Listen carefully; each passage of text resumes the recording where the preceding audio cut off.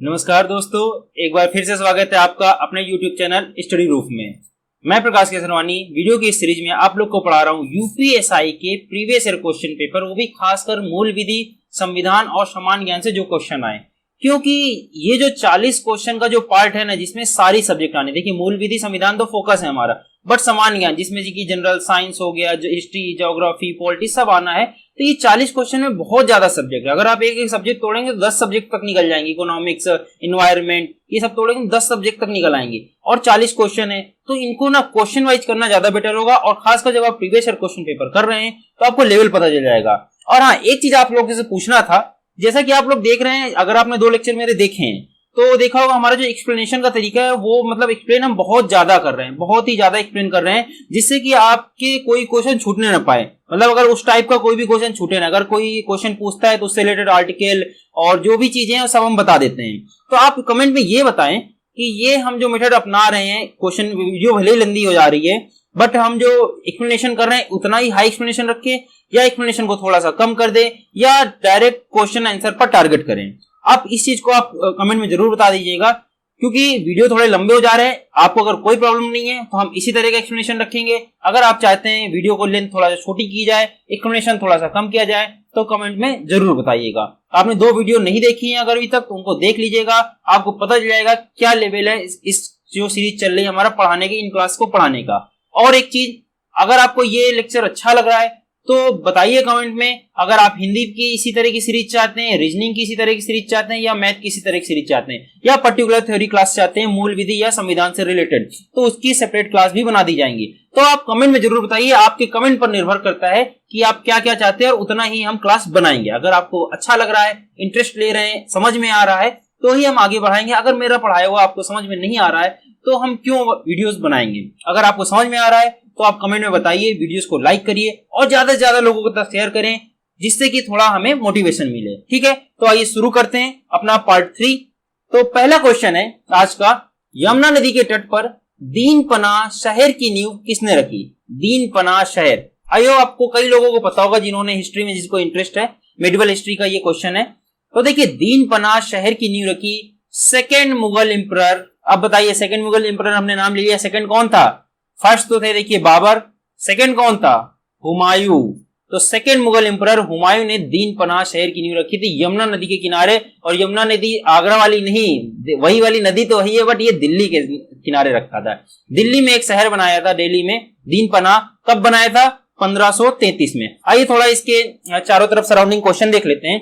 तो देखिए, जैसा कि हमने बताया, बाबर सबसे पहला मुगल एम्परर बाबर था। कब से कब था? 1526 से लेकर 1530 तक। फिर उसके बाद आते हैं हुमायूं, ये थे 1530 से लेकर 1540 तक। उसके बाद शेरशाह सूरी ने इनको हरा दिया, तो ये भाग गए, वहां से लड़ाई के भाग गए थे।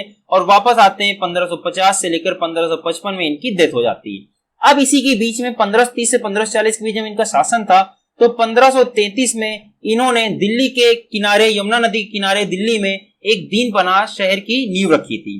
और जिसे 1540 में जब ये हार कर भाग गए थे तो शेरशाह सूरी ने उस शहर को नष्ट कर दिया, यानी दीनपना शहर को नष्ट कर दिया, और वहां पर एक नया किला बना दिया, जिसको आज आप पुराना किला दिल्ली, आप जानते हैं ना, चांदनी चौक शायद पड़ता है अगर आप दिल्ली के हैं तो। पुराना किला दिल्ली जो है वो शेरशाह सूरी ने वहां पर दीनपना शहर की जगह बना दिया। ठीक है, शाही किला, शाही नगर एक तरह का उन्होंने नाम रखा था उस समय, जो पुराना किला आज के नाम से जाना जाता है, पुराना किला न्यू दिल्ली। तो ये वही जगह है दीनपना, जो आज की पुराना किला न्यू दिल्ली में है, वो दीनपना बनाया था एक समय किसने? हुमायूं ने। कब बनाया था? 1533 में। और उसके बाद से 1540 में उसको शेरशाह सूरी ने उसको डिस्ट्रक्ट करके वहां पर नया उसको नाम दे दिया और अपना नया किला बना दिया। ठीक है, आई होप आपको ये पूरी चीजें समझ में आ गई होंगी। और यही हम एक्स्ट्रा नॉलेज की बात करें, जो हम चीज आपको एक्स्ट्रा बता रहे हैं, ये एक्सप्लेनेशन आपको कैसा लग रहा है आप कमेंट में जरूर बताइए। एक्सप्लेनेशन इतना ही रखें, इससे कम करें, या सीधा क्वेश्चन आंसर आपको कराएं, आप कमेंट में ये चीज जरूर बताइएगा, जिससे कि हम पूरा क्लेरिफाई हो सके आपको आगे के लेक्चर्स कैसे प्रोवाइड करने हैं। ठीक है, चलिए अगला क्वेश्चन देखते हैं। डॉट टू डॉट एक तरीका है जिसमें दूसरों की बातचीत सुनने के लिए एक यंत्र किसी फोन लाइन के साथ अनाधिकृत रूप से जुड़ा हुआ होता है। ऐसा कौन सी तरीका है इन चारों ऑप्शन में जिसके द्वारा फोन में कुछ चीज लगा दिया जाता है और अनाधिकृत रूप से, मतलब ठीक नहीं, इलीगल तरीके से लगा दिया जाता है और आप किसी के फोन की चीजें सुन सकते हैं। अच्छा, ये बहुत आसान क्वेश्चन है, आपको अगर हम थोड़ा सा एक्सप्लेन कर देंगे तो बड़ा आसान लगेगा। आप लोग मूवी देखते होंगे, उसमें देखा होगा कई बार घर आते हैं लोग और बोलते हैं आपका फोन गड़बड़ है, रिंग नहीं आ रही है, और उसमें कुछ रख देते हैं। आपने देखा होगा कई बार ऐसी मूवी सीन में हुआ होगा, और फोन में कुछ रख के चले जाते हैं, उसको बोलते हैं हम वायर टैपिंग। ये मेथड को बोला जाता है वायर टैपिंग। फोन में कुछ एक यंत्र या कुछ डिवाइस एक रख दी जाती है, जिसके द्वारा आप अनाधिकृत इलीगल तरह से उस फोन पर जो भी बातचीत होगी वो सब सुन सकते हैं। अच्छा, ये फोन के लिए, मोबाइल के लिए नहीं है, ठीक है, ये देखिए फोन के लिए आया था, फोन लाइन पर, तो इसको बोलते हैं वायर टैपिंग। क्या बोला जाता है? Wire tapping. इजी क्वेश्चन था, बस समझने की बात थी, ठीक है। चलिए अगला क्वेश्चन देखते हैं। इस यातायात संकेत का क्या अर्थ? ये भी एक बार फिर से इजी क्वेश्चन है। देखिए जैसा क्या लग रहा है, यहाँ की रोड चौड़ी, यहाँ पतली हो गई, तो इस यातायात संकेत का अर्थ होता है आगे सड़क सक्रिय होने वाली है, थोड़ा धीमे चलिए, या क्योंकि यहाँ पर देखिए अगर ज्यादा गाड़ी चल जाएंगे तो यहाँ पर एक ही गाड़ी आ पाएगी, तो इसका मतलब है आगे सड़क पतली है। तो ये इस सिंबल का मतलब होता है। इजी क्वेश्चन था। अच्छा एक चीज बता दें, इस तरह के संकेत का क्वेश्चन हर बार आया हुआ है, हमने तो सारे सेट देख रखे हैं, तो इस तरह के क्वेश्चन हर बार आ रहे हैं, तो इनको ध्यान रखिएगा। ये मत समझिए इसी तरह का क्वेश्चन है, हर बार पूरे सेट में आए 2017 में, हो सकता है कि इस बार फिर से 2021 में भी रिपीट हो जाए, ठीक। चलिए अगला क्वेश्चन देखते हैं। निम्न में से कौन सा भारतीय कृषि के क्षेत्र में विशेष रूप से हरित क्रांति के बाद एक महत्वपूर्ण इनपुट बन गया? देखिए हरित क्रांति आई थी, आपको पता है, उसके बाद से ऐसी क्या चीजें इन चारों में जो कि एक महत्वपूर्ण चीज बन गई कृषि के लिए? देखिए नलकूप, नलकूप तो ऑब्वियसली पानी है, बट बोला है कि महत्वपूर्ण, नलकूप भी महत्वपूर्ण चीज है, बट ऐसी क्या चीज थी? संकर बीज से लेना देना नहीं, दुग्ध उत्पाद से कोई लेना। उर्वरक, देखिए उर्वरक इसका सही आंसर है। उस समय हरित क्रांति के पहले या उस समय तक इतना उर्वरक का यूज नहीं होता था, बाद में ऐसे केमिकल्स आए या केमिकल बीज आए और उर्वरक ऐसे ऐसे केमिकल आ गए जिससे कि हमारी खेती बहुत ही अच्छे तरीके से बढ़ने लगी, उसका उत्पादन काफी होने लगा। तो ये उर्वरक ने एक अलग रोल प्ले कर दिया था, इसीलिए इसका आंसर क्या होगा? उर्वरक होगा। यानी कि हरित क्रांति के बाद एक ऐसा महत्वपूर्ण इनपुट, देखिए इनपुट है, उर्वरक क्या है? इनपुट है। हालांकि पानी भी इनपुट है, नलकूप भी इनपुट ही है, बट उससे ज्यादा ये फिलहाल इंपॉर्टेंट, इसका फिलहाल इससे रिलेटेड है, ठीक है। चलिए अगला क्वेश्चन देखते हैं। संक्रमण एस्कायरिसिस, इन्फेक्शन है एस्कायरिसिस, निम्नलिखित में से किसके कारण होता है? बायो का क्वेश्चन, बायोलॉजी का क्वेश्चन है आपका। देखिए जो एस्कायरिसिस होता है ये आपकी छोटी आंत में होता है। कहां पर? छोटी आंत में होता है। और किसकी वजह से होता है? ये होता है परजीवी गोलकृमि के कारण, ठीक है। छोटी आंत में होता है, इसमें आपके त्वचा में चट्टे पड़ने लगेंगे, फीवर भी आ जाता है, कई बार वोमिटिंग होने लगती है, तो ये सब चीजें इसके लक्षण होते हैं। और एस्कारिस नाम का इन्फेक्शन हो जाता है आपकी छोटी आंत में। ये स्पेशली खाने की वजह से होता है, खासकर लिक्विड चीजें जो आप पीते हैं उसमें इन्फेक्शन हो जाता है। उसमें गोलकृमि एक तरह का ये समझते हैं आप वायरस है, अगर ये आ जाता है इसके थ्रू फिर हो जाता है, ठीक है। अच्छा एक चीज आपको और यहीं पर बताते हैं, देखिए जैसे आप खाते हैं समोसा बाहर, और समोसे के साथ आपको चटनी भी मिलती है, ठीक है, तो आपको एक चीज बता दें, समोसा उतना नुकसान नहीं करेगा जितना चटनी नुकसान करती। तो इस बात को ध्यान रखिएगा, लिक्विड जो भी चीजें हैं उन चीजों से बच के रहिए, उसमें कितना गंदा, वो बहुत ज्यादा नुकसान करती है। तो इसीलिए क्योंकि ये इसमें क्या लिक्विड का बहुत इफेक्ट था, इस वजह से हमने ये क्वेश्चन आपको बता दिया। जो भी लिक्विड चीजें होती, आप समोसा खा ले ठीक है, बट चटनी से अवॉइड करिए, या तो पैक्ड फूड लीजिए जिसमें लिखा है कि कितना सेफ है कितना अनसेफ है। ये जो लोकल चटनी देते हैं इसमें पता नहीं कैसा पानी मिला है, कितना वो हाइजेनिक है कितना नहीं हाइजेनिक है, तो इन बातों को थोड़ा ध्यान रखा करिए, आप पढ़े लिखे लोग हैं। चलिए अगला क्वेश्चन देखते हैं। मानव आबादी में बीमारियों और इसके स्रोतों के सांख्यिकीय अध्ययन को क्या कहा जाता है?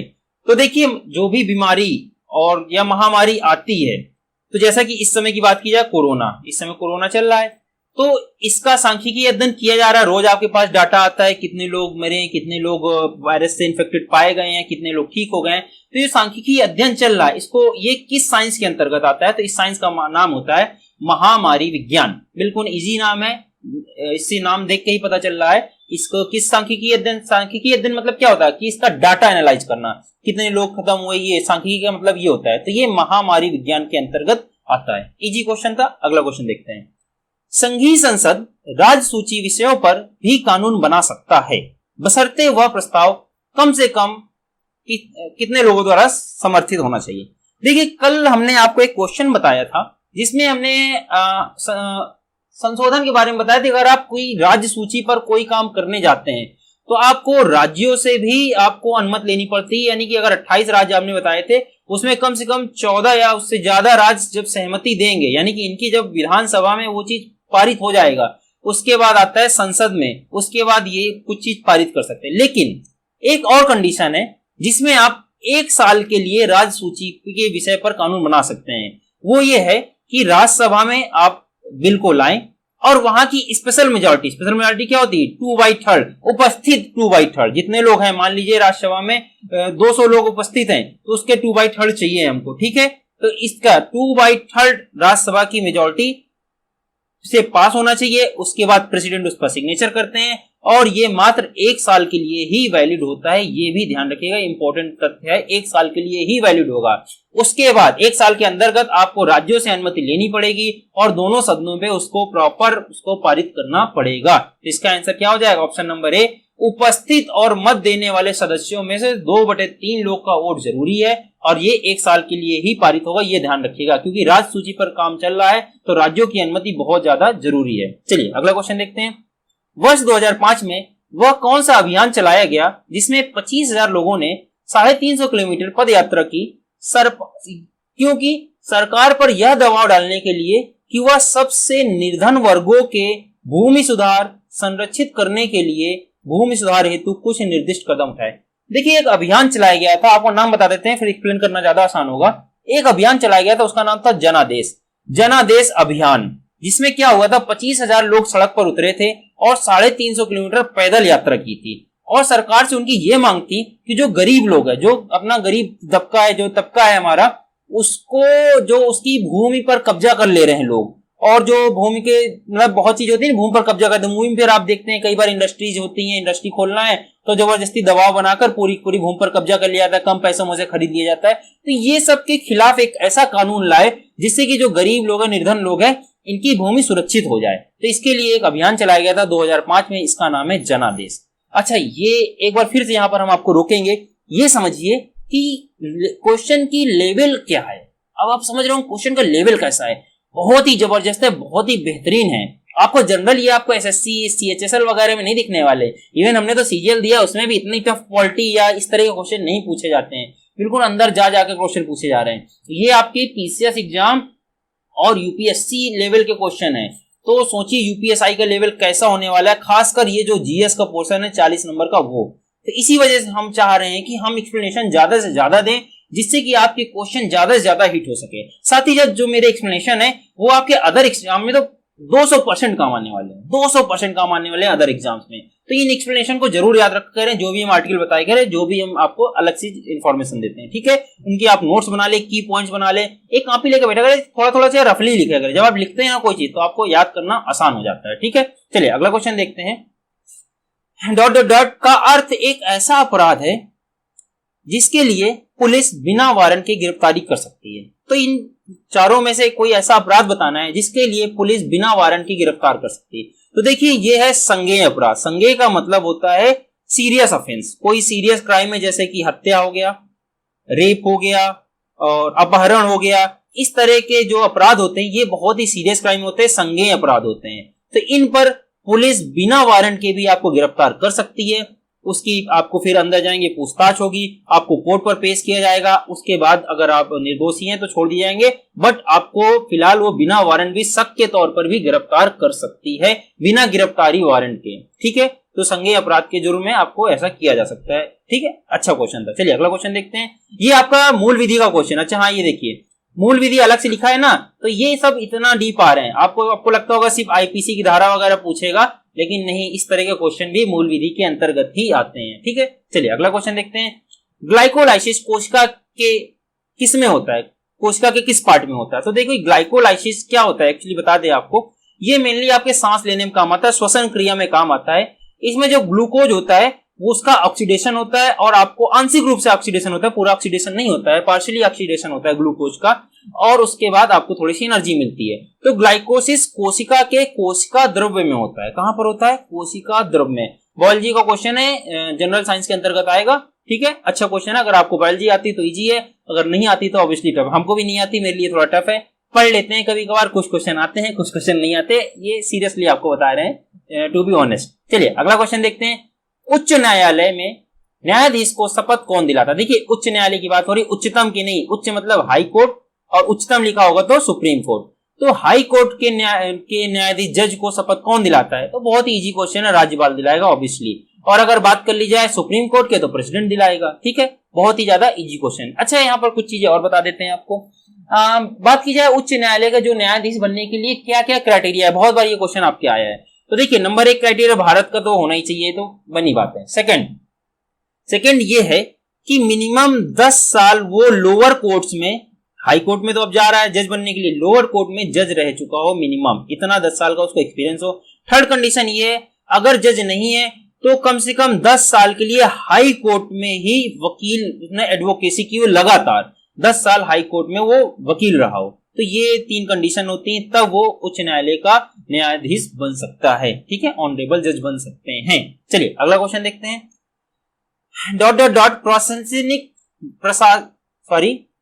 भारतीय प्रशासनिक सेवा के प्रमुख की भूमिका कौन निभाता है? सीधा सा लॉजिक ये। तो देखिए बहुत ही ज्यादा इंपॉर्टेंट क्वेश्चन। देखिए यूपीएससी की हम बात कर रहे थे, आ भी गया क्वेश्चन। भारतीय प्रशासनिक सेवा यानी कि अगर बात की जाए आईएएस या यूपीएससी, सिंपल बोल दिए आईएएस हो गया, आईपीएस हो गया, जो आपकी प्रशासनिक सेवा है इसका हेड कौन होता है? बहुत ही बेहतरीन क्वेश्चन है। तो देखिए इसका हेड होता है हमारा मंत्रिमंडल सचिव, कैबिनेट सचिव बोलते हैं इसको। क्या बोलते हैं? कैबिनेट सचिव, कैबिनेट सेक्रेटरी इंग्लिश में। ठीक है, कैबिनेट सेक्रेटरी। तो अच्छा बताइए इस समय कौन है कैबिनेट सेक्रेटरी? ये आपका अगला क्वेश्चन है। तो देखिए बात कीजिए, आपने एक नाम सुना होगा पीके सिन्हा, बहुत ही फेमस नाम है। एक्चुअली ये पहले थे कैबिनेट सचिव जिस समय ये क्वेश्चन आपके एग्जाम में आता है, लेकिन ये अब नहीं है, अब इन्होंने रिटायरमेंट ले ली है। अब जो है वो है राजीव गौबा। क्या नाम है? राजीव गौबा। नाम याद रखिएगा, मोस्ट इंपॉर्टेंट है। कैबिनेट सेक्रेटरी हैं अपने भारत के इस समय, और जो भी ये आईएएस आईपीएस हैं इनके हेड होते हैं, आप ये समझ लीजिए। ठीक है, प्रशासनिक सेवा के सबसे हेड होते हैं। तो इंपॉर्टेंट नाम राजीव गौबा, कैबिनेट सेक्रेटरी होता है इसका हेड। चलिए अगला क्वेश्चन देखते हैं। 30 नवंबर 2017 को केंद्रीय औद्योगिक सुरक्षा बल CISF, central industrial security forces, जो इंडस्ट्रीज या यूं कहें कि जो भी अपनी इंपॉर्टेंट चीज है, जैसे एयरपोर्ट हो गया, ठीक है, शिप्स हो गए, एयरपोर्ट हो गया, और PSUs हो गए, डैम्स हो गए, जो इन सबको सुरक्षा प्रोवाइड करता है, इनको बोलते हैं CISF, केंद्रीय औद्योगिक सुरक्षा बल। इसका महानिदेशक कौन था? देखिए 30 नवंबर की बात कर ली जाए अगर, तो थे हमारे उस समय थे ओपी सिंह थे। ठीक है, कौन थे? ओपी सिंह। लेकिन वो इंपॉर्टेंट नहीं है, आज कौन है वो इंपॉर्टेंट है। ठीक है, तो इस समय हमारे सुधीर सिन्हा जी हैं। ठीक है, सुधीर प्रताप सिंह है ये नहीं, नाम प्रताप सिंह हटा दे, सुधीर सिन्हा जी। कौन है? सुधीर सिन्हा। ठीक, तो ये याद रखिएगा, हो सकता है फिर से रिपीट हो जाए या आपके दूसरे एग्जाम में रिपीट हो सकता है क्वेश्चन। ठीक है, तो याद रखिएगा सुधीर सिन्हा जी हैं इस समय CISF के डायरेक्टर जनरल या महानिदेशक। चलिए अगला क्वेश्चन देखते हैं। मछली की किस्मों के तलमज्जी प्रकार कहां पाए जाते हैं? बिल्कुल अलग टाइप का क्वेश्चन, जिसको बोलते हैं जनरल नॉलेज का क्वेश्चन है ये। सब्जेक्ट वाइज तो आप ढूंढ भी नहीं पाएंगे इसको किस सब्जेक्ट का है।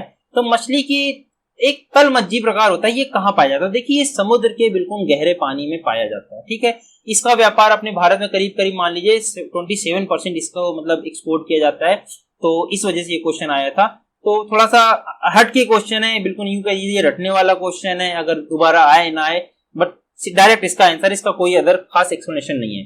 तो जो तलमज्जी प्रकार है ये कहां पाया जाता है? समुद्र के गहरे पानी में। तो देखिए ये था हमारा पूरा कंप्लीट एक सेट, कब का? 12 दिसंबर 2017 का। 40 क्वेश्चन हमने पूरे कंप्लीट करा दिए। PDF आपको व्हाट्सएप ग्रुप में मिल जाएगी। अगर आप व्हाट्सएप ग्रुप में नहीं है तो नीचे डिस्क्रिप्शन खोलिए, वहां पर लिंक दिया हुआ है, वहीं पर मेरा नंबर भी दिया हुआ है, आप देख लीजिएगा 790536 करके नंबर दिया हुआ है। नहीं मिल रहा है कमेंट सेक्शन में बताइए, आपको इंडिविजुअल नंबर दे दिया जाएगा। व्हाट्सएप ग्रुप ज्वाइन करिए, वहां पर आपको सारी PDF प्रोवाइड कर जाएंगी, क्वेश्चंस विद आंसर। कैसे लग रहे हैं आपको लेक्चर्स कमेंट में बताइए, और आप क्या क्या पढ़ना चाहते हैं ये भी बताइए। तो ये और एक चीज और जाते जाते एक आपको मोटिवेट करते जा रहे हैं, UPSI ये मान के चलिए हर हालत में आपको फरवरी से लेकर मार्च तक ज्वाइनिंग दे देगा 2022 इलेक्शन, यूपी इलेक्शन होने से पहले। तो बिल्कुल जोर शोर से लग जाइए। तो इसी पोस्ट नोट के साथ खत्म करते हैं आज का lecture. Thank you very much, जय हिंद।